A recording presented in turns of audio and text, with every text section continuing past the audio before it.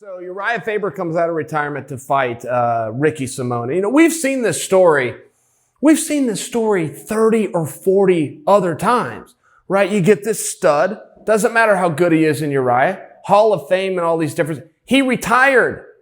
As human beings, we don't get better with time, right? So then he's going to take on a young up-and-comer.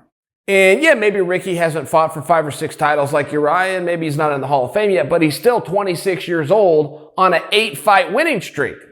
3 of those fights in the UFC coming with bonuses in one of those fights. I mean, look, history says Ricky wins, and we understand that, but going into the fight, it's important to understand what was on the line to give Uriah his due. If you're going to be a sportsman, you got to tip your hat to the other side. I'm teammates with Ricky, but I got to tip my hat here. Look, a lot of people didn't know who Ricky was. As good as he is, he's amongst the best fighters I've ever seen. I get to see him every single day.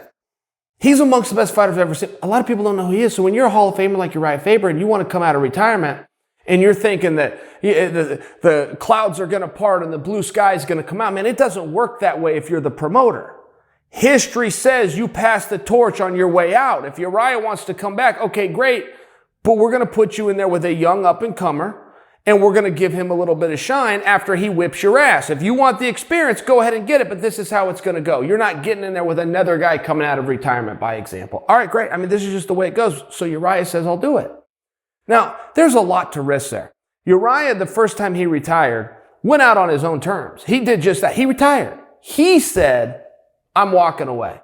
And one thing about this business, you'll never be done with the business, but one day you will wake up to find out this business is done with you. And that can be a very cold, hard, depressing reality for a lot of athletes. Uriah was one of the very few that got to do it his way. But if you come back and you step in there in your hometown in a co-main event against a 26-year-old killer who is not a household name, you're now going out again, except not on your own terms. So there's a lot to risk here. And Uriah Faber said, where do I sign? So he deserves a ton of credit for that. He deserves a ton of credit for walking into such a high-pressure situation that he didn't need to be in. There was no championship on the line. Faber's not hurting for money. He's not hurting for fame. He's not just looking to go out and show off in front of his hometown one more time. He just loved the sport, and they happened to be coming to Sacramento. He said, put me in. Then you look at it from Ricky, it's a lot of upside. And as much as the upside is of getting in there with an exposure and getting in there with somebody who maybe you wouldn't stand across from normally at this point in your career, there's also a huge risk on Ricky's part because there's an expectation that he's going to get over. And that's what I'm talking about right now, that we've seen this 30, 40 times before where somebody comes, the young guy always takes him out. But this is MMA, and anything can happen, particularly in the very first round. Good news for Ricky Simone. He trained hard for this. Good news for Ricky Simone. As big as his eyes got, as excited as he was, as intimidating possibly it was to be in there with somebody that he looked up to like Uriah, he used it as a springboard. He didn't rest on that at all. He focused more. He worked harder. He trained harder. He got his weight under control better than I've ever seen him do before. He did everything right. Good news for Uriah. Okay, there's also a question when somebody comes back, do they have the chin for it?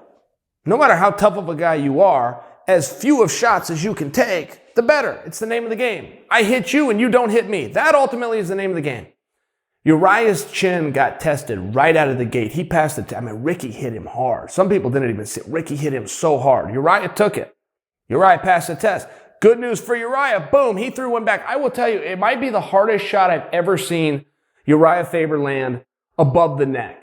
Uriah's had some great fights. He's even stopped some fights. Jen Pulver comes to mind. But he does it with the body shots. He does it with those body shots. To come upstairs isn't just something that he always does with such incredible power. I think some of it was that respect that Ricky got from him from landing that big shot. Boom, Uriah let one come back. All in all, I thought it was a great night.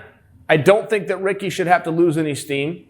I think that there was enough interest around, was that an early stoppage, in some of these narratives that live on. I won't weigh in on it. It's just some of those things that live on.